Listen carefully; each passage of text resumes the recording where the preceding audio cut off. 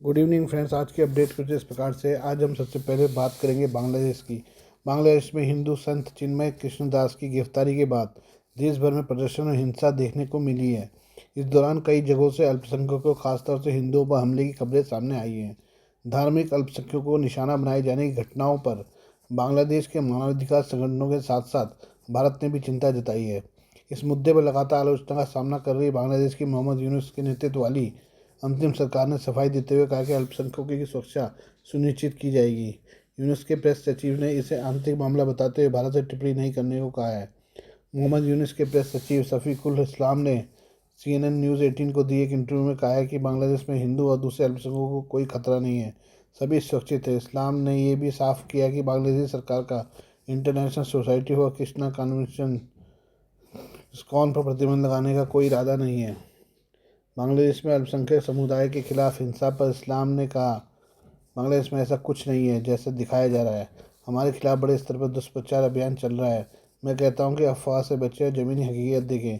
बांग्लादेश में शुरुआती कुछ दिनों में हिंसा हुई थी, लेकिन अब ऐसा नहीं है। यहाँ सभी धर्मों के लोग सुरक्षित हैं।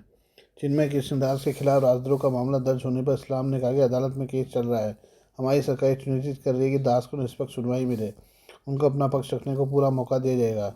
इस्लाम ने कहा कि दास की गिरफ्तारी के बाद चटगांव में तैनात हुआ, लेकिन मोहम्मद यूनुस ने खुद स्थानीय हिंदू नेताओं से बात करके उनकी चिंताओं को दूर किया है।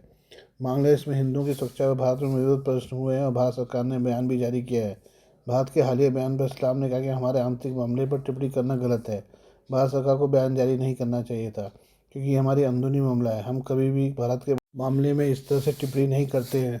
भारत को भी इसका ख्याल रखना चाहिए। बांग्लादेश सम्मिलित सनातन जागरण जुट के नेता पूर्व में इस्कॉन से जुड़े चिन्मय दास को गिरफ्तार किया गया है। राजद्रोह के आरोप में दास की गिरफ्तारी के बाद उनके समर्थकों ने कई स्थानों पर प्रदर्शन किया। इसके बाद हिंदुओं के खिलाफ हमले शुरू हुए और इस्कॉन पर भी बैन की मांग उठी। हालांकि इस्कॉन ने साफ कर दिया कि दास का संगठन से कोई रिश्ता नहीं है। उनको यौन शोषण के आरोपों में पहले ही संस्था से निकाला जा चुका है। आइए हम बात करें चीन की। चीन के राष्ट्रपति शी जिनपिंग के बाद देश में दूसरे सबसे शक्तिशाली इंसान झांग योशिकुआ ने बुधवार को अचानक से पाकिस्तान का दौरा किया है। जांग चीन की शक्तिशाली सेना को कंट्रोल करने वाले सेंट्रल मिलिट्री कमीशन के वाइस चेयरमैन हैं। जांग ने पाकिस्तानी सेना प्रमुख जनरल असीम मुनीर से मुलाकात की है। चीनी सेना के इस शीर्ष अधिकारी का यह पाकिस्तान दौरा ऐसे समय पर हुआ है जब पाकिस्तान में CPE से जुड़े चीन के कई इंजीनियरों पर खूनी हमले बढ़ गए हैं। कई चीनी लोगों के मारे जाने के बाद चीन ने अपने 300 सैनिकों को आतंकवाद निरोधक अभ्यास के नाम पर पाकिस्तान भेजा है। आइए समझते हैं कि चीनी सैन्य अधिकारी की पाकिस्तान यात्रा का क्या मकसद था, भारत को क्यों खतरा है। चीन और पाकिस्तान की सेनाएं 5 साल में पहली बार संयुक्त आतंकवाद निरोधी अभ्यास कर रही हैं। पाकिस्तानी सेना का दावा है कि दोनों सैन्य अधिकारियों के बीच क्षेत्रीय सुरक्षा परिदृश्य, क्षेत्रीय स्थिरता के लिए जरूरी कदम और रक्षा सहयोग बढ़ाने पर गंभीर चर्चा की है। पाकिस्तान में चीन की सेना ने पिछले सप्ताह वॉरियर 8 सैन्य अभ्यास शुरू किया है और यह मध्य दिसंबर तक जारी रहेगा। इसमें आतंकियों के सफाए और उन पर हमले के अभ्यास अंजाम दिए जाएंगे। वहीं चीन ने कहा है कि इस अभ्यास को संयुक्त आतंकवाद निरोधक क्षमताओं को बढ़ाने और उसकी परीक्षा लेने का अंजाम दिया जा रहा है। चीनी सेना PLA ने कहा है कि इस अभ्यास में दोनों सेनाओं के बीच व्यवहारिक भागीदारी और सहयोग पर फोकस किया जा रहा है, ताकि वास्तविक युद्ध के माहौल में इसे अंजाम दिया जा सके। दरअसल चीन अपने नागरिकों को बलूचियों और TTP के हमलों को रोकने और अरबों डॉलर के CPC प्रोजेक्ट की सुरक्षा के लिए पाकिस्तान में अपनी सेना को तैनात करना चाहता है। पहले तो पाकिस्तान अपने अपनी संप्रभुत्व का हवाला देकर से मना कर दिया था, लेकिन अब दोनों के बीच एक डील हो गई है। पाकिस्तानी सेना ने बलूचों के खिलाफ एक बड़ा अभियान शुरू भी किया है। चीनी सैन्य विश्लेषक जोंगपिंग ने चीन के अखबार साउथ चाइना मॉर्निंग पोस्ट से बातचीत में कहा है कि चीन और पाकिस्तान का संयुक्त अभ्यास आतंकियों को संदेश देने के लिए है। उन्होंने कहा कि चीन और पाकिस्तान के बीच आर्थिक सहयोग के लिए एक पुख्ता सुरक्षा गारंटी की जरूरत है। इसकी वजह है कि हाल के दिनों में पाकिस्तान में सुरक्षा हालात खराब हुए हैं। सोंग ने खुलासा किया कि इस बार चीनी सेना पाकिस्तान संग अभ्यास के दौरान कई तरह के मानव रहित ड्रोन लेकर आई है, ताकि उसे अपने सैन्य हथियार दिखाए जा सकें। सोंग ने कहा कि साथ ही चीनी सेना विभिन्न सुरक्षा माहौल में अपने ड्रोन हथियारों का परीक्षण करना चाहती है। उन्होंने यूक्रेन युद्ध में दुनिया को यह दिखा दिया कि आज के दौर में आतंकवाद निरोधक अभियान और पूर्ण युद्ध के लिए मानव रहित विमान बहुत जरूरी है। चीनी सेना इस क्षेत्र में खुद को दुनिया में अगवा बनाना चाहती है। इससे पहले चीन ने हाल ही में सिंगापुर में शहरों के अंदर सैन्य अभियान चलाने का अभ्यास किया था। इसमें चीन की सेना ने अपने रोबोट सेना को दिखाया था, जो बम दागने से लेकर दीवार तक फांद सकते हैं। चीन ने लाओस के साथ सैन्य अभ्यास के दौरान भी अपने शक्तिशाली ड्रोन का जमकर प्रदर्शन किया था। चीनी विश्लेषकों का कहना है कि अत्याधुनिक ड्रोन के होने से चीन युद्ध या लड़ाई में न केवल अपने सैनिकों की मौत को कम कर सकेगा बल्कि चीनी सैनिकों की लड़ने की क्षमता को बढ़ा सकेगा। चीन का एक सैनिक ड्रोन और रोबोट सेना की मदद से कई दुश्मनों को ढेर कर सकता है। उन्होंने कहा कि चीन पाकिस्तान को भी ये अत्याधुनिक ड्रोन और रोबोट सेना की ताकत इसलिए दिखा रहा है ताकि वो इसे खरीदे और अपनी क्षमता को बढ़ाए। अगर ऐसा होता है तो ये भारत के लिए भी बड़ा खतरा होगा। चीन पहले ही मिसाइल से लेकर टैंक तक पाकिस्तान को दे रहा है। ये बात करें ईरान की। ईरान में स्थित रणनीतिक रूप से महत्वपूर्ण चाबहार पोर्ट को विकसित करने के लिए भारत ने खजाना खोल दिया है। भारत ने बंदरगाह के विकास के लिए लगभग 24 बिलियन अमेरिकी डॉलर की कीमत के पोर्ट उपकरण पहले ही आपूर्ति कर दिए हैं। भारतीय विदेश मंत्री डॉक्टर एस जयशंकर ने ये जानकारी दी है। भारत और ईरान ने मई 2015 में चाबहार परियोजना पर विकास के लिए समझौते पर हस्ताक्षर किए थे। मई 2016 में भारत, ईरान और अफगानिस्तान के बीच अंतर्राष्ट्रीय परिवहन और पारगमन गलियारा स्थापित करने के लिए त्रिपक्षीय समझौते पर हस्ताक्षर किए गए। इसी साल भारत ने चाबहार बंदरगाह के संचालन के लिए ईरान के साथ 10 साल के अनुबंध पर हस्ताक्षर किए हैं। ईरान के साथ दीर्घकालिक अनुबंध पर हस्ताक्षर करना मध्य एशिया के लिए भारत की रणनीतिक और आर्थिक दृष्टि का हिस्सा है।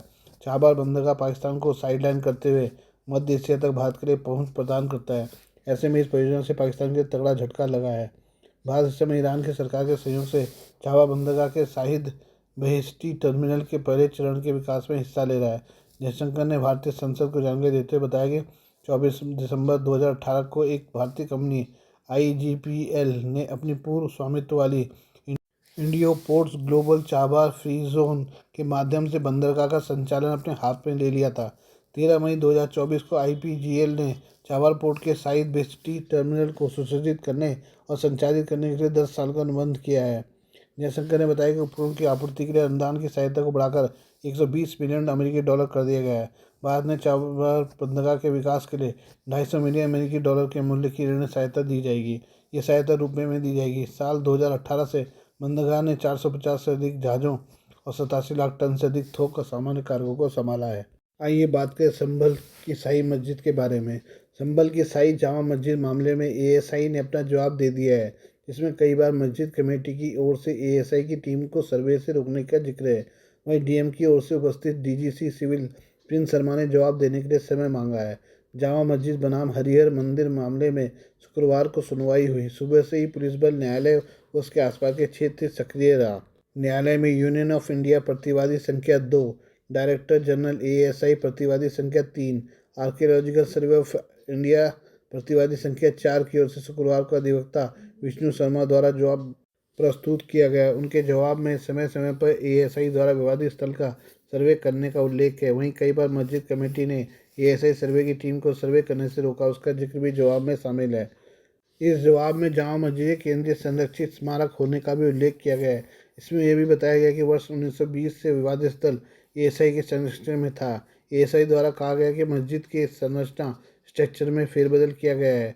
ASI द्वारा वर्ष 2018 में जामा मस्जिद कमेटी के विरुद्ध पुरातत्व स्थल पर अवैध रूप से स्टील की रेलिंग लगाकर संरचना में परिवर्तन करने की FIR भी दाखिल कराई गई थी। जिला शासकीय अधिवक्ता सिविल प्रिंस शर्मा, जो जिला मजिस्ट्रेट की ओर से उपरोक्त मुकदमे में पहले दिन से उपस्थित हो चुके हैं, उन्होंने उक्त मुकदमे में जवाब देने के लिए समय मांगा। वहीं दूसरी ओर जामा मस्जिद की ओर से नियुक्त अधिवक्ता शकील अहमद वारसी व कासिम जमाल न्यायालय में उपस्थित हुए तो उन्होंने दावे की नकल मांगी।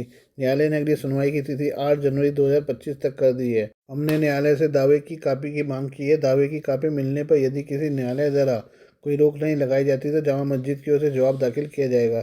शकील अहमद वारसी, अधिवक्ता मस्जिद जामा मस्जिद की ओर से जवाब देने के लिए हम सारे सबूत इकट्ठे कर रहे हैं। सुप्रीम कोर्ट ने क्या आदेश दिया है इसकी हमें अभी कोई जानकारी नहीं है। सुप्रीम कोर्ट के आदेश की प्रति मिलने पर आदेश का पालन किया जाएगा। कासिम जमाल, अधिवक्ता जामा मस्जिद। मैंने union of India archaeological survey of India की ओर से जवाब दाखिल कर दिया है। हमने अपनी बात अपने जवाब व फोटो के माध्यम से न्यायालय के समक्ष रखी है। कमिश्नर की रिपोर्ट का अवलोकन करने के बाद कार्रवाई की जाएगी। विष्णु शर्मा, अधिवक्ता, यूनियन ऑफ इंडिया। शाही जामा मस्जिद का सर्वे पूरा हो चुका है। सर्वे की रिपोर्ट तैयार करने में समय लगेगा, जिसमें कोर्ट से समय मांगा गया है। कोर्ट ने 10 दिन का समय दे दिया है। समय अवधि के भीतर रिपोर्ट दाखिल कर दी जाएगी। Ramesh Singh Raghav, court commissioner.